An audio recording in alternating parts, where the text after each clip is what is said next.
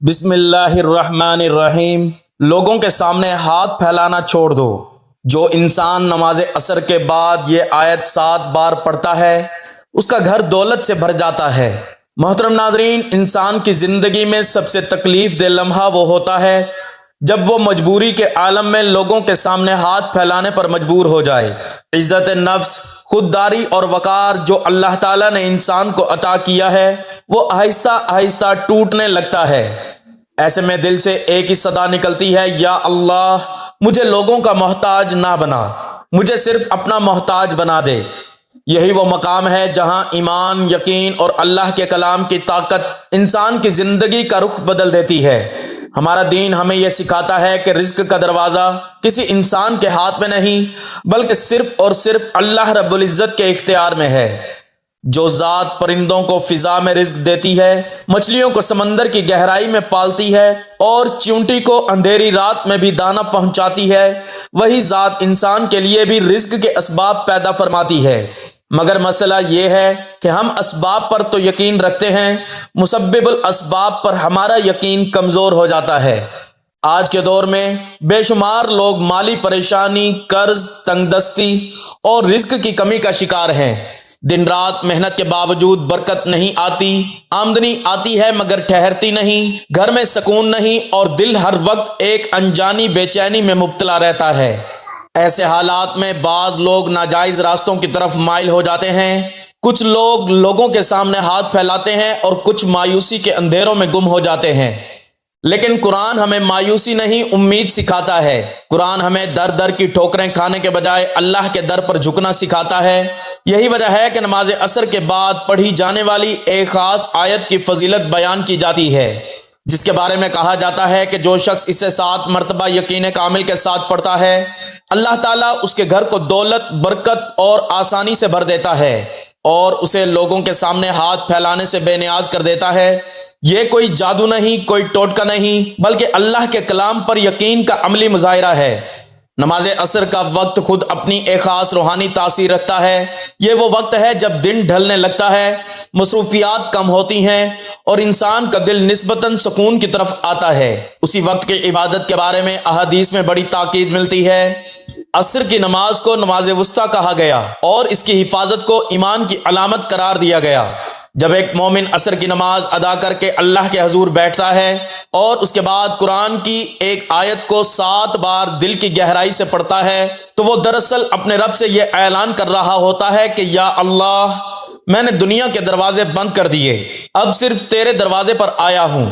یہ ویڈیو ان تمام لوگوں کے لیے ہے جو تھک چکے ہیں، جو قرض کے بوجھ تلے دبے ہوئے ہیں، جو حلال کماتے ہیں مگر برکت نہیں دیکھتے، جو ہر ماہ حساب لگاتے ہیں مگر آخر میں صفر ہی نکلتا ہے، اور جو دل ہی دل میں یہ دعا کرتے ہیں کہ کاش کوئی ایسا راستہ ہو جو ہمیں عزت کے ساتھ جینے کا سلیقہ سکھا دے۔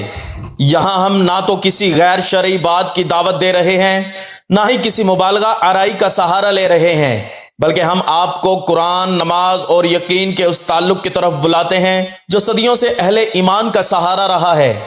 یہ وہ راستہ ہے جس پر چل کر حضرت ابراہیم علیہ السلام کو آگ ٹھنڈی محسوس ہوئی، حضرت موسیٰ علیہ السلام کے لیے سمندر راستہ بن گیا اور ہمارے نبی صلی اللہ علیہ وآلہ وسلم کے لیے غار ثور میں مدد نازل ہوئی۔ لوگوں کے سامنے ہاتھ پھیلانا چھوڑ دینا صرف ایک ظاہری عمل نہیں بلکہ یہ ایک روحانی انقلاب ہے۔ یہ تب ممکن ہوتا ہے جب انسان کا دل اس یقین سے بھر جائے کہ میرا رزق کسی انسان کے پاس نہیں بلکہ اللہ کے خزانے لامحدود ہیں۔ جب یہ یقین پیدا ہو جاتا ہے تو پھر ایک آیت، ایک دعا، ایک سجدہ انسان کی زندگی بدل دیتا ہے۔ اس یوٹیوب چینل کا مقصد بھی یہی ہے کہ ہم آپ کو شور، مایوسی اور دنیاوی فریب سے نکال کر قرآن کے سائے میں لے آئیں۔ ہم چاہتے ہیں کہ آپ کا تعلق اللہ کے کلام سے جڑے، آپ کی امیدیں مضبوط ہوں، آپ کا دل مطمئن ہو اور آپ کی زندگی میں وہ برکت آئے جو صرف اللہ کے ذکر سے آتی ہے۔ یہ چینل ان لوگوں کے لیے ہے جو وقتی حل نہیں بلکہ پائیدار سکون چاہتے ہیں، جو چاہتے ہیں کہ ان کا گھر دولت سے بھرے مگر حرام سے نہیں، دعا سے، جو چاہتے ہیں کہ ان کی عزت محفوظ رہے اور ان کا ہاتھ صرف اللہ کے سامنے اٹھے۔ آگے آنے والی مکمل ویڈیو میں ہم نہ صرف اس آیت کی روحانی حقیقت پر بات کریں گے بلکہ یہ بھی سمجھیں گے کہ قرآن کے ساتھ ہمارا تعلق کیسا ہونا چاہیے۔ یقین کیا ہوتا ہے اور کیسے چھوٹے سے عمل پر اللہ بڑے بڑے دروازے کھول دیتا ہے۔ اگر آپ واقعی چاہتے ہیں کہ لوگوں کے سامنے ہاتھ پھیلانے کا باب بند ہو جائے اور اللہ کے خزانے آپ کے لیے کھل جائیں تو اس پیغام کو دل سے سنیں، سمجھیں اور عمل کریں۔ یاد رکھیں، جب بندہ اللہ کے سامنے جھک جاتا ہے تو دنیا خود اس کے قدموں میں آ جاتی ہے۔ محترم ناظرین، جو انسان یہ آیت 7 بار پڑھے، اللہ پاک اس کو وہاں سے دولت اور رزق عطا کرتے ہیں جہاں سے اس نے کبھی سوچا بھی نہیں ہوتا۔ میری وہ بہن اور بھائی جس کے گھروں میں بہت زیادہ تنگ دستی ہے، گھر کے مالی حالات خراب ہیں، گھر میں رزق میں تنگی آ چکی ہے، گھر میں کہیں سے پیسہ نہیں آ رہا، جن کے ہاتھوں میں پیسہ نہیں ٹکتا ہے، جیب پیسوں سے خالی ہے، اور جن کو بڑے سے بڑا پیسوں کا مسئلہ درپیش ہے اور وہ کہیں سے مدد مانگ رہے ہیں لیکن کہیں سے ان کا مسئلہ حل نہیں ہو رہا، تو وہ یہ وظیفہ کر لیں، انشاءاللہ ان کے تمام مسئلے حل ہو جائیں گے۔ ناظرین محترم، اللہ تعالیٰ نے انسان کو دنیا میں آزمائش کے لیے بھیجا ہے، اور ان آزمائشوں میں سے ایک آزمائش مال و دولت کی کمی اور غربت ہے، لیکن اسلام نے نہ صرف اس مسئلے کی حقیقت کو بیان کیا ہے بلکہ اس سے بچنے اور نجات پانے کے لیے بھی واضح اور مؤثر رہنمائی فراہم کی ہے۔ قرآن مجید اور احادیث نبویہ میں محتاجی سے بچنے کے کئی روحانی، عملی اور اخلاقی طریقے بیان کیے گئے ہیں جن پر عمل کر کے انسان دنیا میں بھی عزت کے ساتھ زندگی گزار سکتا ہے اور آخرت میں سرخرو ہو سکتا ہے۔ ہمارا آج کا عمل بھی غربت و تنگ دستی میں ہاتھ پھیلا کر مانگنے کے بجائے ایک آیت کو 7 بار پڑھنے کا وظیفہ ہے کہ جو اس آیت کو 7 بار پڑھ لیتا ہے، اللہ تعالیٰ اس کو کسی کا محتاج نہیں ہونے دیتا، اور اللہ تعالیٰ کے دیے ہوئے پر شکر ادا کرتا ہے تو اللہ تعالیٰ اس کو مزید عطا فرماتا ہے، اور جو صبر سے کام لیتا ہے اور ان وظائف کو، ان اعمال کو اپنی زندگی کا حصہ بنا لیتا ہے تو اللہ تعالیٰ اس کی محتاجی کو دور کرتے ہوئے اس کی ہر خواہش کو پورا کر دیتا ہے، اس کو مال و دولت، رزق وافر مقدار عطا کرتا ہے کہ اس کو کسی کے آگے ہاتھ پھیلانے کی ضرورت نہیں پڑتی۔ ناظرین، تمام تعریفیں اور شکر اس ذات کا جس نے ہمیں ایک اور دن اپنی عبادت کے لیے عطا فرمایا۔ آج کے اس عظیم دن میں اللہ رب العزت کا فضل حاصل کرنے کے لیے اور اس کا شکر ادا کرنے کے ساتھ ساتھ اس کی عبادت میں مشغول رہنا چاہیے۔ اس کی عبادت کرنے کے کئی طریقے ہیں۔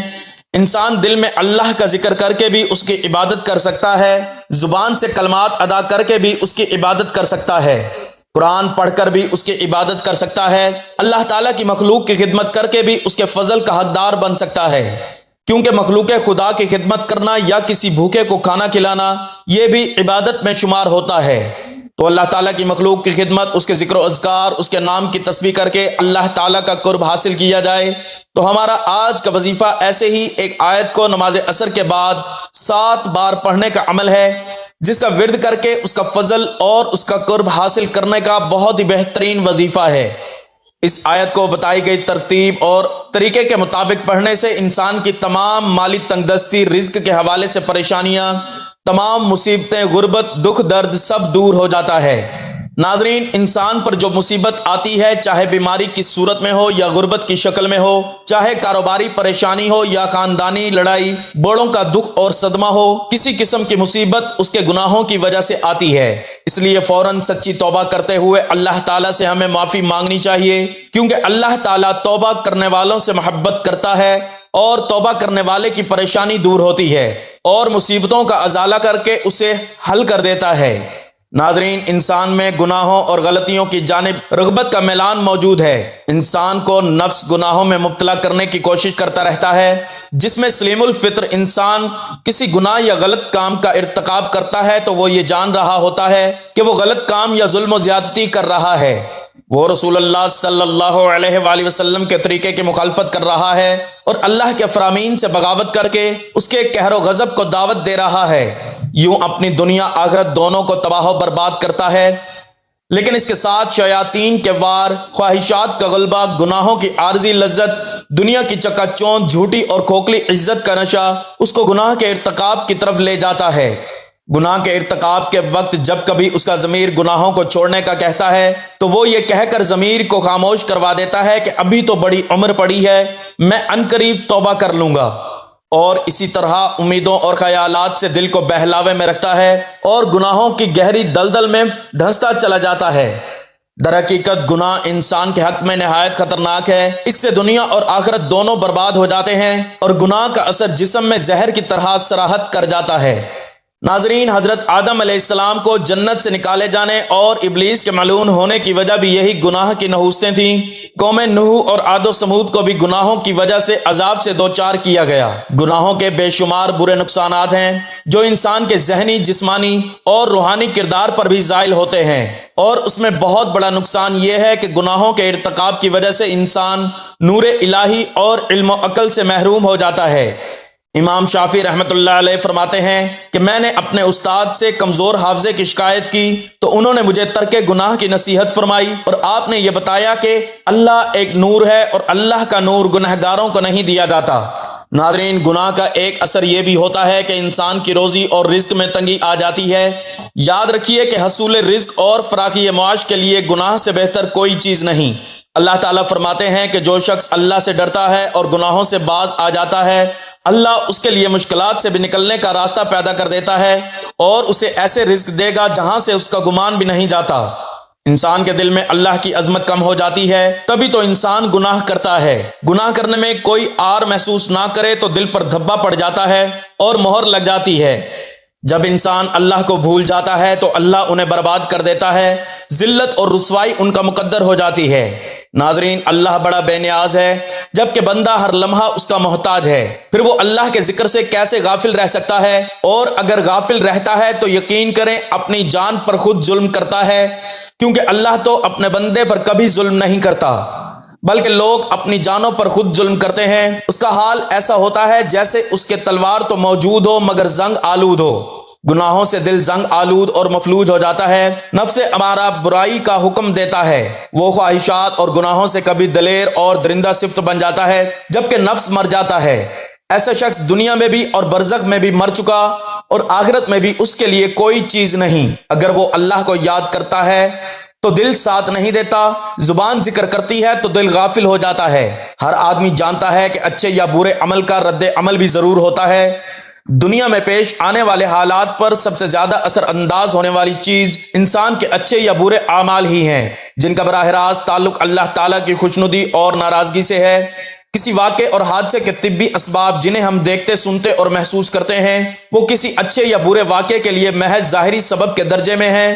سادہ لوگ حادثات و آفات کو صرف طبی اور ظاہری اسباب سے جوڑتے ہیں اور پھر اسی اعتبار سے ان کو حوادث سے بچاؤ کی تدابیر کرتے ہیں۔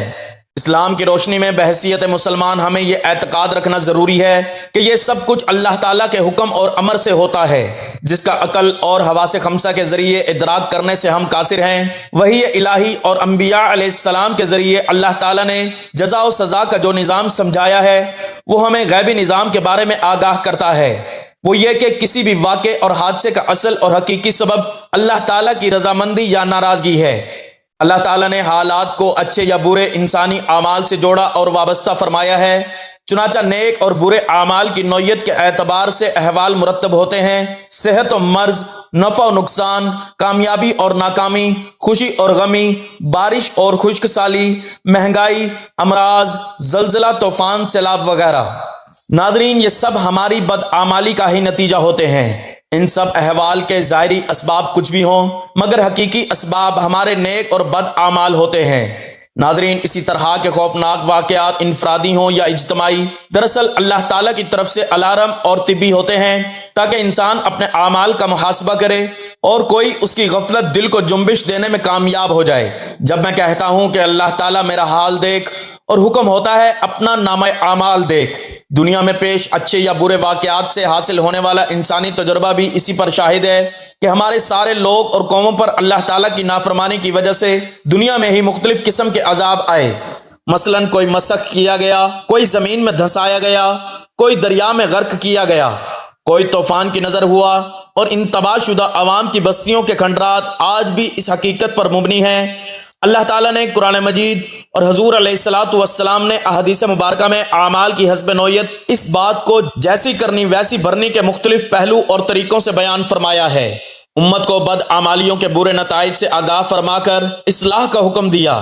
چنانچہ کچھ غلطیاں ہوتی ہیں جو رزق کم کرنے کا باعث بنتی ہیں اور ان مشکلات کا شکار رہتے ہیں، تو آج ہم آپ کو ایسی چیزوں کے بارے میں بتانے والے ہیں کہ وہ کون سی عام غلطیاں ہیں جو ہمارے رزق میں مشکلات پیدا کرتی ہیں اور اللہ تعالی ہمارا رزق تنگ کر دیتا ہے۔ آپ کو حدیث مبارکہ کی روشنی میں بتائیں گے کہ کس وجہ سے اللہ تعالیٰ انسان کا رزق کم کر دیتا ہے۔ اس کے بعد کچھ کام ضروری کرنے ہوں گے جو آپ کے لیے آسانیاں پیدا کریں گے۔ جتنے چاہیں کر سکتے ہیں۔ اللہ تعالیٰ کا نام لیں، اللہ تعالیٰ سے مانگتے رہیں تو بے شمار نعمت اللہ پاک آپ کو عطا فرما دے گا۔ سب سے پہلا عمل یہ کہ جوتے پہن کر یا کھڑے ہو کر یا ننگے سر کھانا کھانا رزق میں کمی کا باعث بنتا ہے۔ ناظرین، بہت سے لوگ جوتے پہن کر کھانا کھا رہے ہوتے ہیں یا جلدی میں کھڑے ہو کر کھانا کھا رہے ہوتے ہیں۔ ہم بہت سی ایسی خواتین کو بھی دیکھتے ہیں جو ننگے سر بھی کھانا کھا رہی ہوتی ہیں۔ مثلاً ہمارے گھروں کی عورتیں بھی ننگے سر کھانا کھا رہی ہوتی ہیں اور کھانا دے بھی رہی ہوتی ہیں، جس کی وجہ سے ہمارے گھروں کا رزق تنگ کر دیا جاتا ہے۔ ناظرین، دوسری وجہ یہ ہے کہ بیت الخلاء میں ننگے سر جانا بھی ہمارے رزق میں کمی کا باعث بنتا ہے۔ عام طور پر دیکھا جاتا ہے کہ جب خواتین بیت الخلاء جاتی ہیں تو ان کا سر ننگا ہوتا ہے۔ یہی ننگا سر ان کے رزق میں تنگی کا سبب بنتا ہے۔ اس بات سے خواتین کو گریز کرنا چاہیے کیونکہ اس سے رزق میں تنگی پیدا ہو جاتی ہے۔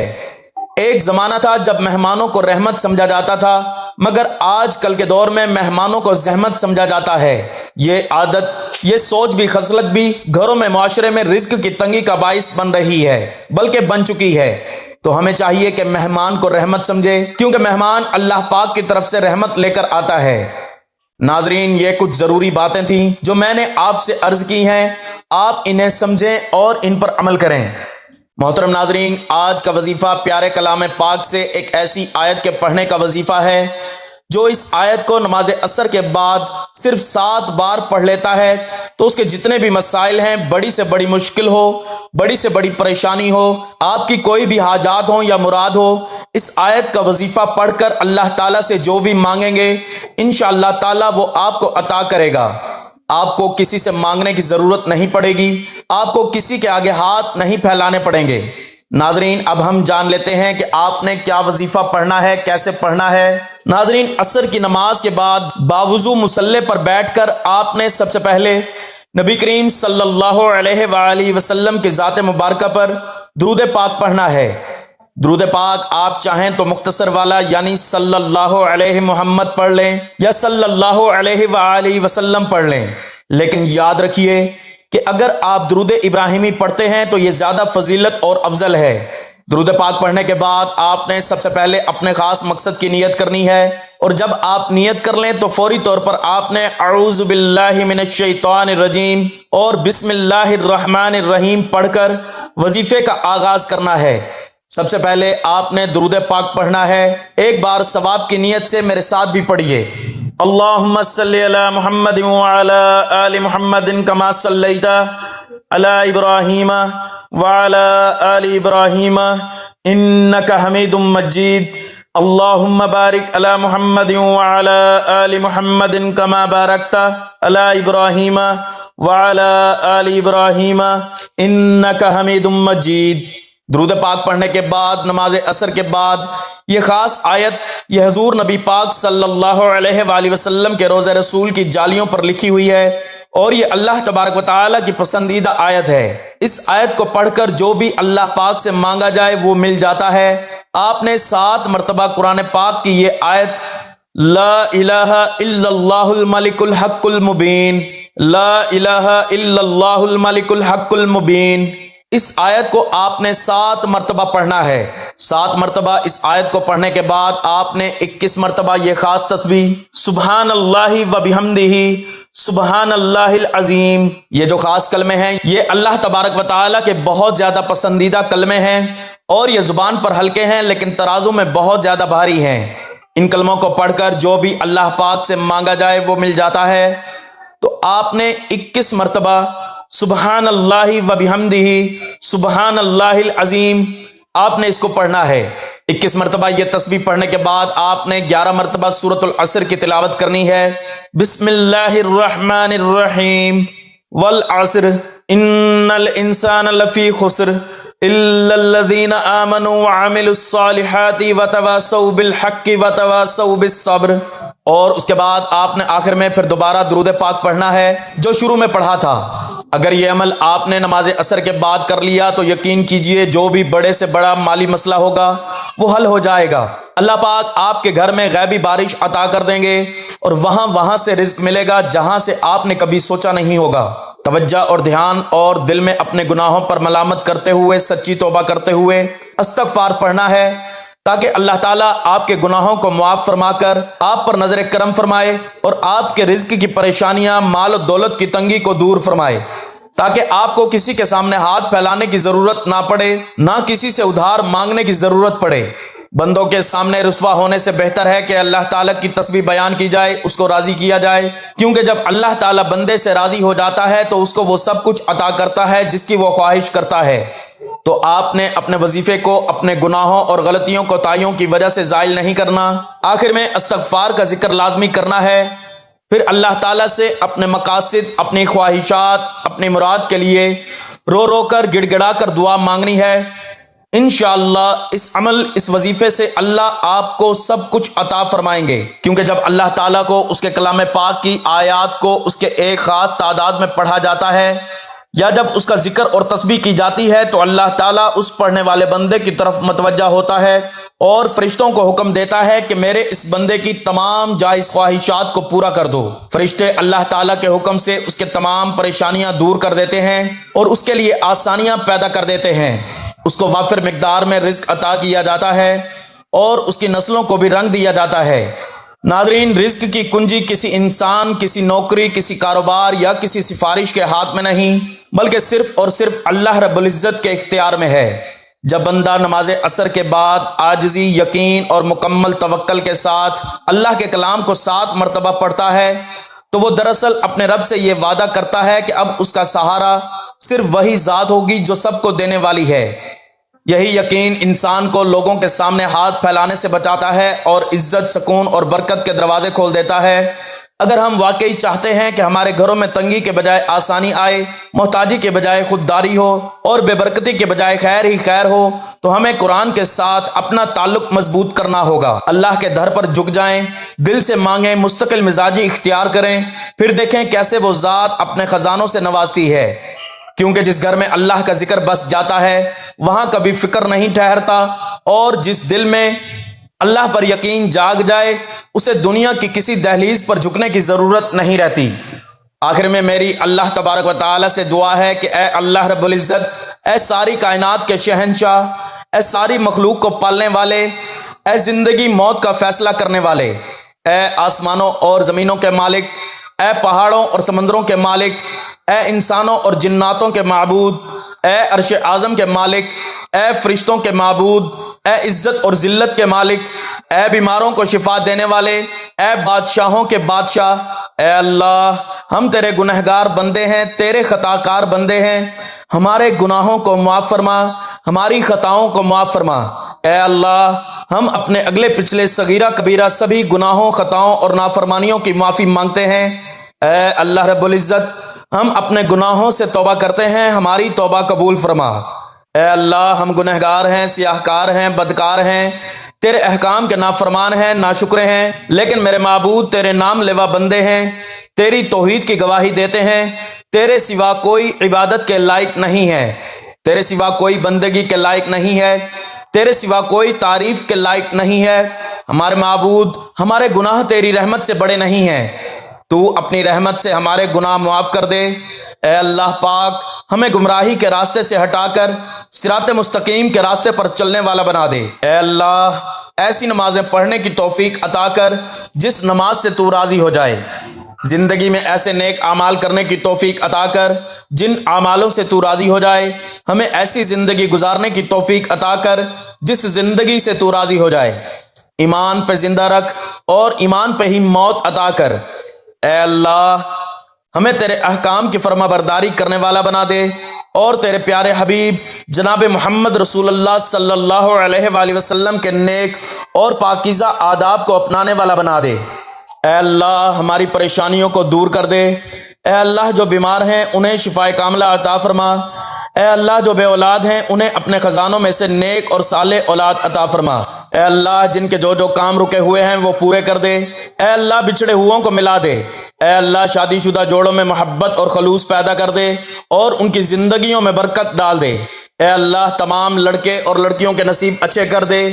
اے اللہ جو قرض کے بوجھ تلے دبے ہوئے ہیں ان کا قرض جلد سے جلد ادا کروا دے۔ اے رب العزت شیطان سے ہماری حفاظت فرما۔ اے اللہ حلال رزق کمانے کی توفیق عطا فرما۔